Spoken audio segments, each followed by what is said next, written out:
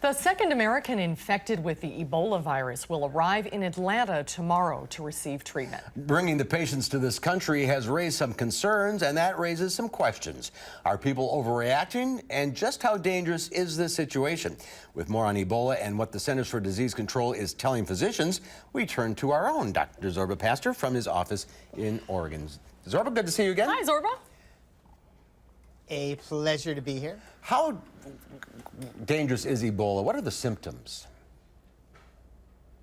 Well, the symptoms of Ebola virus are fever, chills, it would almost seem at the very beginning almost like maybe it's the stomach flu, and after a while you become very, very sick. You can't eat, you can't drink, you may become nauseous, you may vomit, and then what happens after that, it's called hemorrhagic fever and virus, is that people often then bleed. They may bleed from the site where their blood has actually been drawn, they may bleed from their nose, and it has a very high case fatality rate. 60% of the people who actually contact Ebola virus and its cousin called Marburg virus actually die of the disease. So it is one of the most dangerous pathogens, one of the most dangerous viruses that is known to man. Is it something we need to be concerned about in this country?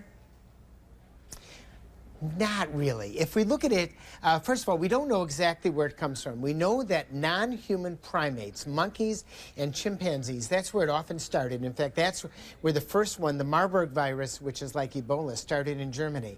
And we know that it comes, that the monkeys, who actually can be infected with it, get it from somewhere else, but we're not exactly sure where, but we know that's not in the United States at this time. The only way the virus can be spread is through direct contact. Cannot be spread through the air, cannot be spread when someone sneezes. It's direct contact with bodily fluids. So basically, they're going to put on hazmat suits.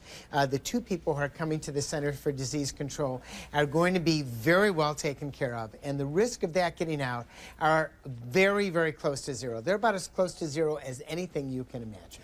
What is the CDC telling physicians like yourself?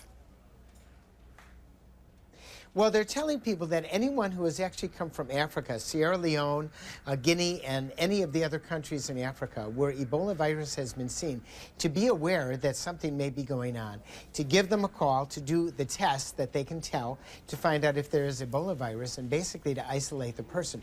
Right now, there's no evidence that anyone in the U.S., except for these two people, have actually entered with Ebola virus. But that's sort of the scary thing. The scary thing is that people who are in these countries can actually spread it, and that's what the CDC is trying to do to keep it under control.